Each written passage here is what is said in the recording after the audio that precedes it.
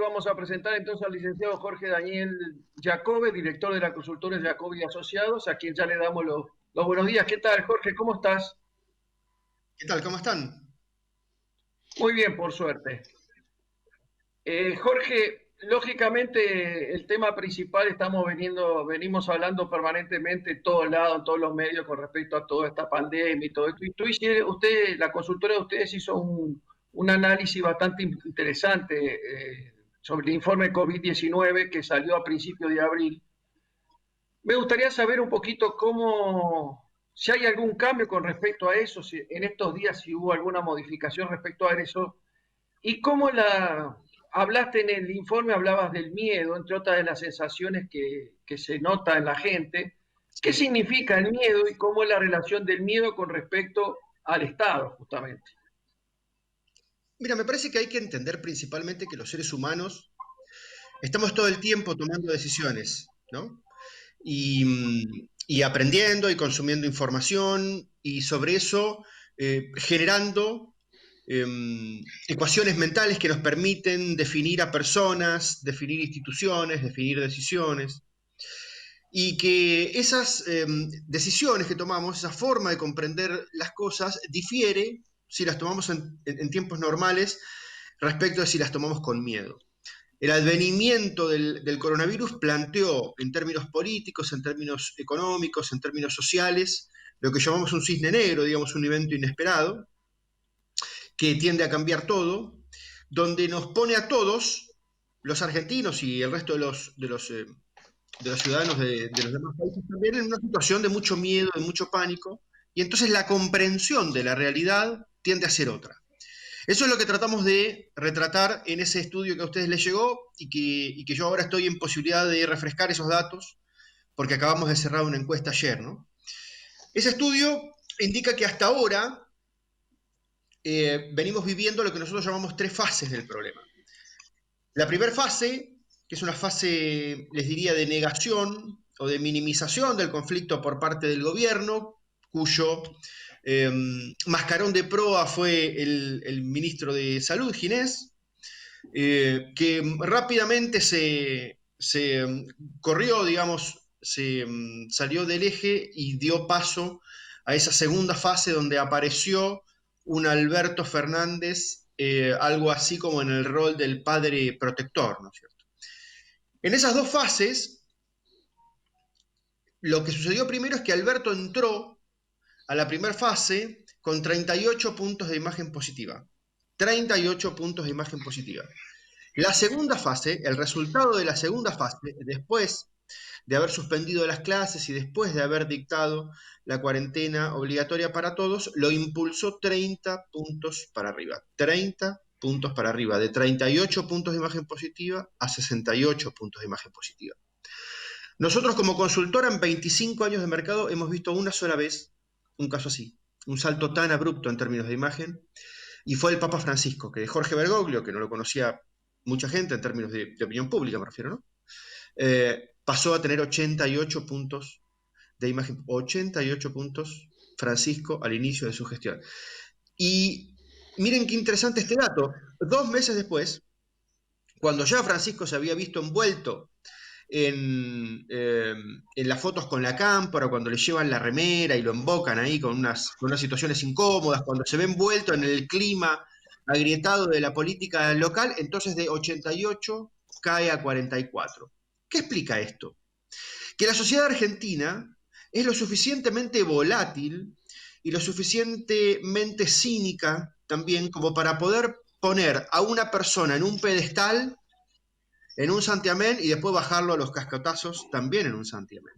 ¿Y por qué retrato esto? Para hacer el paralelismo de vuelta con Alberto Fernández. Yo les decía, pasó de 38 a 68, y después, en la tercera fase de este conflicto, que nosotros llamamos la fase de fastidio, inaugurada por la conferencia de prensa donde Alberto se pelea con los empresarios y después al otro día vienen los 3 millones de jubilados apelmazados en los bancos, y después viene el comentario sobre Moyano, y después viene la compra a sobreprecios de los fideos y demás. Es decir, empieza una serie de complicaciones de cabotaje para el gobierno, argentinadas. Entonces de 68 vuelve a bajar a 60. Entonces, de 38 a 68 y de vuelta a 60.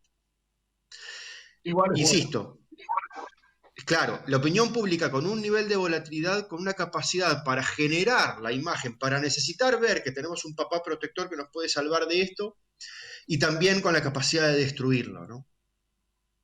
O sea, vos crees entonces que, o por lo menos del análisis surge que esa alternativa de análisis y la gente o el pueblo no le está apoyando, obviamente, pero es más reactivo ante situaciones negativas.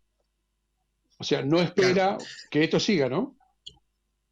Bueno, yo lo que digo es que cuando aparece el shock del miedo, eso nos conduce a todos a comprender que la cuarentena era buena, ¿ok? Que nos teníamos que proteger y que había que comerse el garrón, para decirlo en criollo.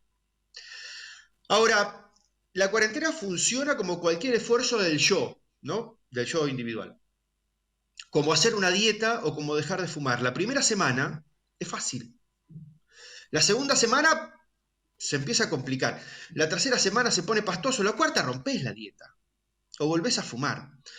El yo, ese yo que permite una conducta férrea, que persigue también un objetivo, que persigue un premio, en algún momento se desgasta, se distiende y entonces genera la conducta contraria. Lo que estoy tratando de explicar es que esto hubiera sucedido amén de lo que haga o deje de hacer, de los aciertos o desaciertos del gobierno. Es decir, la gente se fastidia de la situación, amén de lo que pueda llegar a suceder, y esto está sucediendo en todo el mundo. En Argentina lo estamos viendo porque esta última semana se empezó a relajar demasiado la cuarentena y se empezó a relajar en las clases medias y en las clases altas. En las clases bajas nosotros bien sabemos que respetar la cuarentena es muy difícil, porque vivir 6 personas en una habitación de 4x4, donde en realidad el living de tu casa es la vereda, es complejo, digamos, ¿no? Es complejo también para los sectores más pobres, para la indigencia, para esos lugares donde el Estado argentino no está hace 50 años, respetar la voz del Estado, ¿no? Porque el Estado nunca estuvo, el Estado nunca te fue a cuidar, el Estado nunca te dio nada. ¿Qué le vas a prestar atención a lo que dicen, digamos? Ahora, en los lugares donde sí se respetó, ¿por qué se empieza a relajar? Y se empieza a relajar porque la gente empieza a sentir fastidio. Y también porque se da algo bastante parecido a esa fábula del pastorcito mentiroso, del pastorcito y el lobo, digamos. Ese miedo es un miedo sustentado sobre la hipotética materialización de que llega la muerte, ¿ok? Y de que en algún momento iba a explotar la cantidad de casos y entonces íbamos a tener 500 o 1000 muertos por coronavirus. Eso, por suerte, no pasó. Pero eso también es atentatorio del miedo que te hace resguardarte. Es decir, el pastorcito te decía que el lobo iba a venir y finalmente el lobo no aparece. Si el miedo no se materializa, si no se concreta, si no aparece como real, entonces nos empezamos a preguntar, che, pero ¿no habremos exagerado con el miedo? ¿En términos conscientes o en términos inconscientes? Y entonces la gente se empieza a relajar. Y es una situación muy peligrosa. ¿Por qué? Porque nos empezamos a relajar en términos individuales, cuando los médicos saben perfectamente y lo están explicando que lo peor está por venir. Entonces, cuando realmente ahora aparezca una información más voluminosa respecto de la cantidad de casos en la Argentina, y Dios no quiera, pero quizá también de la cantidad de muertos, entonces vamos a recibir otro rebencazo, porque mientras nos estábamos relajando, entonces aparece la noticia de que el lobo apareció. Jorge, esto que vos marcabas de 38 a 68 y a 60, que igual sigue siendo buena la imagen, marca de alguna manera Claro. que el presidente la sociedad entiende que el presidente es un buen piloto de tormenta para el caso de la salud de esta pandemia. Ahora, esto le da un cheque en blanco para el siguiente paso, que es el tema económico. No sé si siguiente, pero está esa dicotomía salud, economía, bueno. Pero el problema económico lo tenemos y lo vamos a tener, Claro. y grave. ¿Tiene un cheque en blanco el presidente? No tiene un cheque en blanco, no, para nada. La situación es paradójica porque la mayor parte de la sociedad argentina cree que el Estado la está cuidando. Y en realidad lo que el Estado te está diciendo es cuídate solo. Quédate en tu casa porque si venís al sistema público, si te enfermás y venís al sistema público, no te vamos a poder atender. Y si salís de tu casa, tampoco te vamos a poder detener porque no se puede detener a toda la gente que está saliendo de la casa. Sin embargo, la gente lo está percibiendo de otra manera. Y la materialización de esa sensación de estar cuidado está puesta sobre Alberto. Por eso Alberto tiene todavía, pese a haber bajado 8 puntos de imagen positiva, tiene 60, que es un montón. Es muchísimo. Ahora, insisto, todavía falta lo peor de la crisis del coronavirus. Falta lo peor.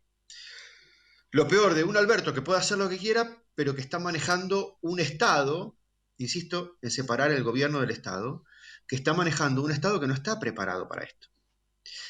Y no están preparados para esto los países desarrollados, es decir, nadie estaba preparado para esto. De modo tal que podemos entender que en Argentina esto pegaría más que en cualquier otro país que aunque sea tenga un porcentaje de respiradores por habitante mayor que el nuestro. Y como bien vos señalás, cuando termine el problema del coronavirus, viene el desastre social y el desastre económico. El coronavirus es como la inundación. Vos sabés que cuando la inundación baja, no es que el problema se acabó. Vienen las casas podridas, vienen las heladeras que se quemaron, vienen los cuerpos flotando, vienen los bichos, vienen las víboras, vienen las arañas, vienen las enfermedades, vienen los campos inundados. Es decir, el agua baja y te deja un tendal de problemas que son tan graves como la inundación misma. Bien, cuando el coronavirus se vaya van a venir los problemas sociales y económicos, que pueden tener mayor o menor tamaño, pero son siempre desastrosos. Si hablamos del mínimo, estamos hablando de una pérdida de 6 o 7 puntos del PBI de la Argentina, cuando a la Argentina le cuesta crecer 1 por año. Y estamos hablando de 10% más de pobres en el menor de los casos, en el escenario más benévolo, digamos, cuando podría ser también 20, digamos. Lo que estamos viendo es que va a venir un tsunami que va a ser desastroso. No estamos preparados para eso, no estamos preparados ni política ni económica, ni tampoco estamos preparados psicológicamente. Las implicancias que este drama va a dejar también en términos personales van a ser muy parecidas a la del 2001. En el 2001 nadie hizo el recuento de las consecuencias psicológicas individuales que vivimos los ciudadanos argentinos, y me refiero a cómo se disparó el consumo de ansiolíticos, cómo se quebraron parejas, cómo aumentó la tasa de divorcios, cómo se rompieron amistades, cómo se disolvieron sociedades. Es decir, la crisis, que de alguna manera uno la puede materializar, la puede ver, la puede mensurar en términos políticos y económicos, es difícil mensurarla después en términos individuales, y ahí hay una gran porción de lo que se juega, ¿no? Del saldo de la cosa. Eso es lo que te está mostrando un poco el momento que estamos en esta circunstancia. Básicamente, la alternativa del efecto económico, que todavía no lo resolvimos a nivel internacional y que estamos tratando de, digamos, proyectar una alternativa de solución a nuestra deuda que ya teníamos con anterioridad, todo el tema del coronavirus, obviamente que hace la dificultad o que la gente se empiece a mover. Es decir, ayer, por lo que estábamos notando, en la ciudad de Buenos Aires el crecimiento de la gente o de la movilidad o el transporte creció casi un 15% respecto a los días anteriores. Eso está mostrando de que, como vos decís, la imposibilidad de que la gente está empezando a preocuparse, ¿no? Y el tema económico no es menor. Y todo que viene de la parte del Estado, y la realidad es la problemática industrial y negocios y toda la actividad económica. Sí, operan las dos cosas. La gente tiene que salir a laburar porque tiene que morfar, porque ya se comió ese aire del ahorrito o de la alacena que tenía para poder aguantar esto. Y también me parece que nos permite, nos enseña cuáles son las reales capacidades de un Estado hoy por hoy, ¿no? Que, por ejemplo, una idea como la del estado de sitio real, digamos, el estado de sitio como lo conocimos en los siglos XIX y XX, es absolutamente imposible. El Estado no está en capacidad de salir a la calle para cuidar que la gente no salga a la calle, menos con un ejército que en realidad está cosiendo barbijos y está produciendo alcohol en gel, ¿no? Y que tampoco puede cuidar todo lo que pretende cuidar, digamos. ¿no? Pretende ponerle un mango en el bolsillo a los que más están sufriendo ahora, pero sabemos que está generando una olla a presión en términos económicos que en algún momento va a explotar.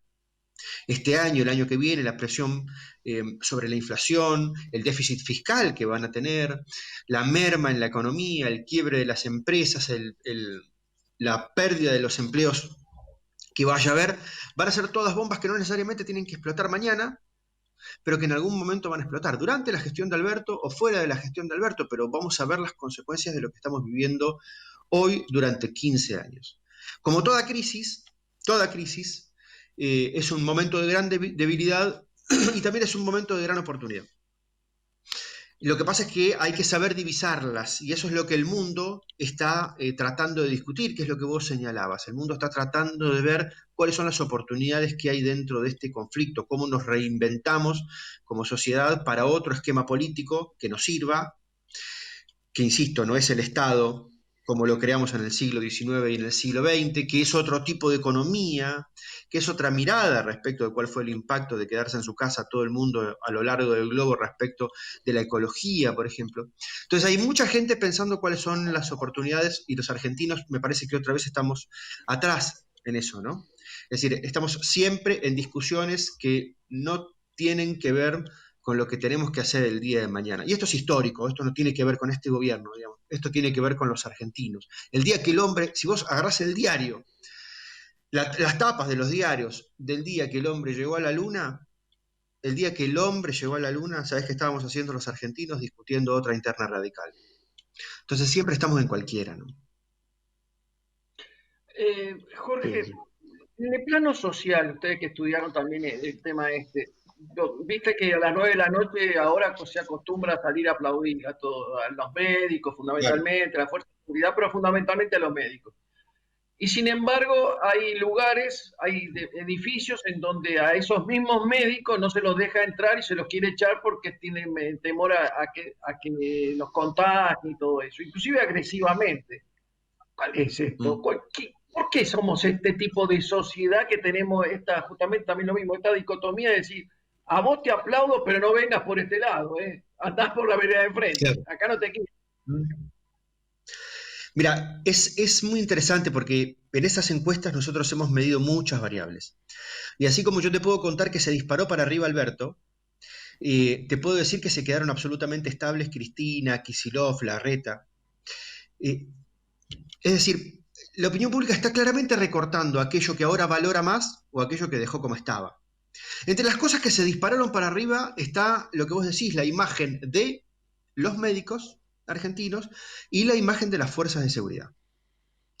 La imagen de las fuerzas de seguridad que han sido vergüenza para la sociedad argentina desde los años 70 hasta acá, a mi criterio justificadamente, digamos, pero que hoy la opinión pública está viendo más el rol de cascos blancos que de cascos verdes, ¿no? Y esto es una oportunidad enorme para las fuerzas para plantarse de otra manera frente a la sociedad y reconciliarse, ¿no? Y está la cuestión de los médicos. Los médicos llegaron a 88% de imagen positiva, lo mismo que yo te contaba para el Papa, ¿no? Sí. Esos médicos a los cuales hasta ahora, hasta el advenimiento del coronavirus, repudiábamos y maltratábamos en los hospitales. Esos médicos a los cuales, donde puede, la gente les hace un juicio por mala praxis, digamos, contratando un abogado pillo, digamos. Esos médicos mal pagos, esos médicos a los cuales el Estado le brinda hospitales que son peores que de campaña, a esos médicos hoy los aplaudimos a las 21 horas desde la ventana de casa. Pero una parte de la sociedad, como bien vos indicás, saca lo peor de sí en el miedo. Los seres humanos, en situación de miedo, como te decía antes, podemos sacar lo mejor también podemos sacar lo peor. Es lógico que haya gente que se esté comportando de la manera más aborrecible posible. Y entonces se están generando niveles de segregación, ¿no? Ahora, sacando esos ejemplos, me parece que hay que valorar que la mayor parte de los argentinos hoy tiene una mirada diferente de los médicos y que también los pone en otro lugar respecto del rol que tienen en el gobierno. Cuando nosotros votamos presidentes durante las últimas décadas largas, nunca nos fijamos quién es el ministro de Salud.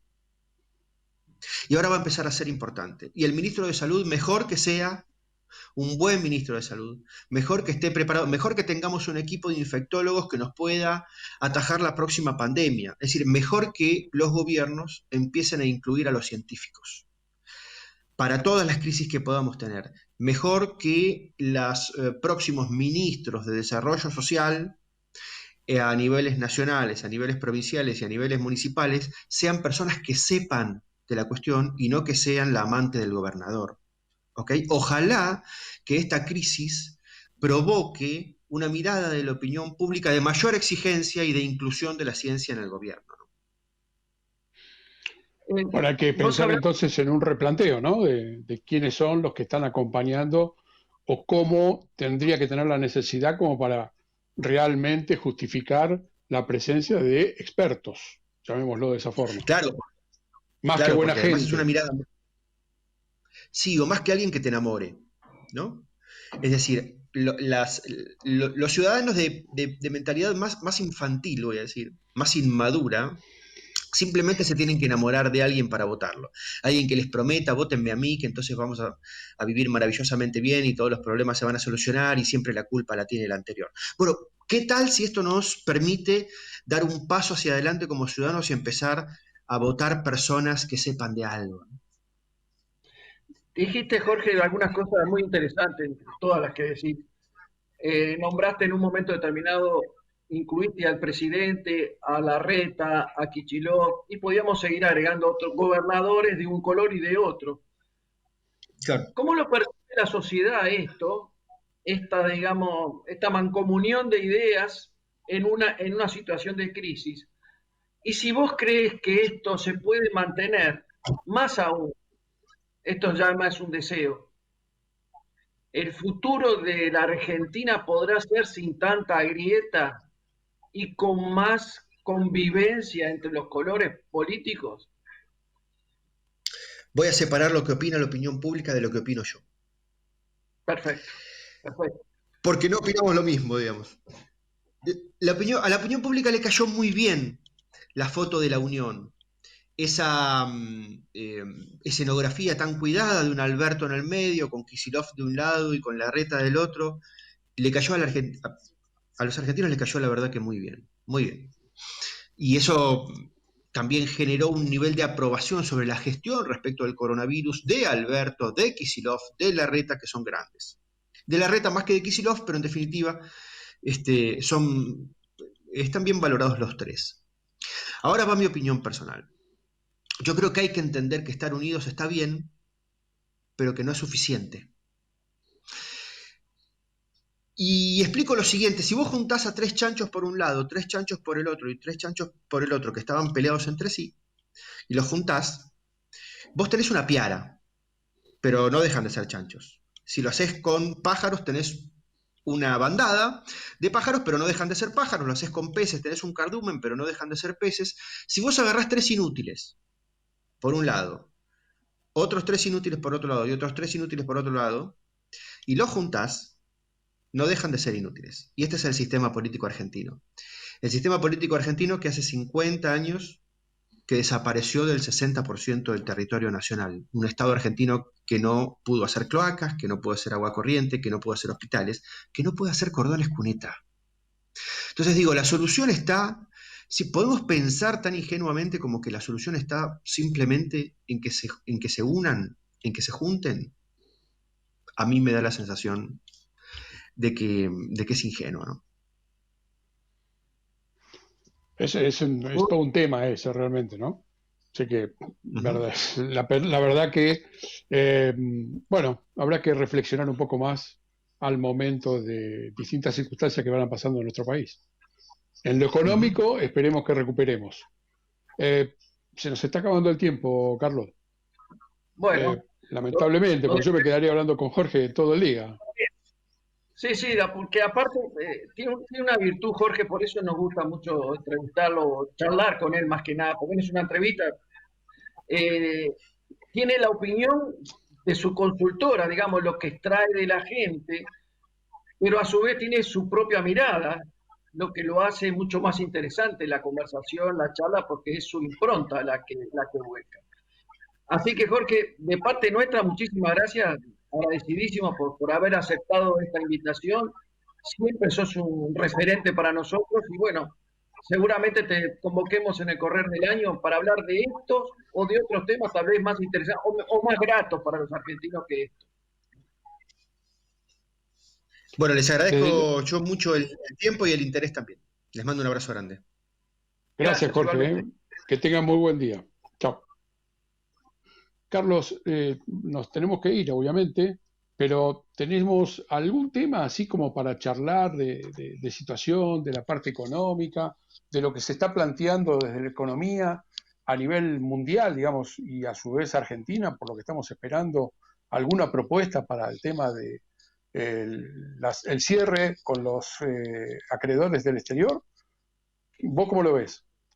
En el plano económico hay muchas variantes. En el día de ayer, por ejemplo, en el plano fundamentalmente local, una operativa baja del dólar, pero que se sigue manteniendo en torno a los 66, 67 pesos, manejado por el Banco Central, pero una disparada, como vimos en los últimos días, de tanto el contado con liquidación, incluso ayer se empezaron a hacer algunas operaciones en el mercado marginal, muy puntuales, porque no hay más de operarlas, pero lo que se hizo puntualmente también se hizo cercano a 100 pesos, y esto trajo intranquilidad o está trayendo cierta intranquilidad en el gobierno porque son números que realmente asustan un poco y ya se están tratando de tomar medidas a fin de achicarlos. Tal vez la semana que viene podamos hablar con un economista para que nos explique un poco más todo esto. Y en el plano de la deuda, como tú mencionaste recién, se hizo una presentación ante los deudores, acreedores mundiales, y la presentación habla de una postergación de los pagos de intereses hasta el año 2024. En principio, no sería aceptada. Yo creo que es lógico. Aparte, creo que tiraron un número para después tratar de ir negociando. Esto siempre es así. Es agresiva al principio, van a decir que no, y después se tratarán de poner de acuerdo en algún otro número de año más acorde a los dos. De todas maneras, estamos en una situación bastante complicada y un poco lo que hablábamos con Jacobe, ¿no? La pandemia nos va a retrasar el estado de incomodidad y de frustración que teníamos los argentinos en el plano económico, pero que lo vamos a tener que pasar. Sí, tal cual. Bueno, ese es el tema que nos queda pendiente y ojalá sea lo menos traumático posible para el futuro total de Argentina, ¿no? O sea, primero que sigamos cuidándonos y estando en alerta con el tema salud, y obviamente que, bueno, hay que aguardar el cimbronazo para superar toda la parte económica. Se nos fue el tiempo, Carlitos, si te parece, nos despedimos ahora y obviamente estamos en contacto con más Mercado por Experto, la City por Dentro y Canal Metro, ya, en la semana que viene. Gracias, parte. Carlitos. Nos vemos, Gus, si Dios quiere, y saludo a la productora también, y nos vemos, si Dios quiere, el próximo viernes. Que pasen una muy linda semana. Chao.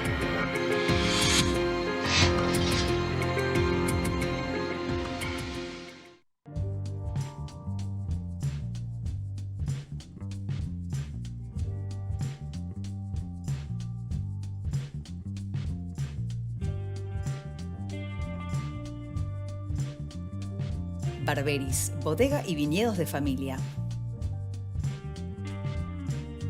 Universal Assistance. Cuidamos tu mundo.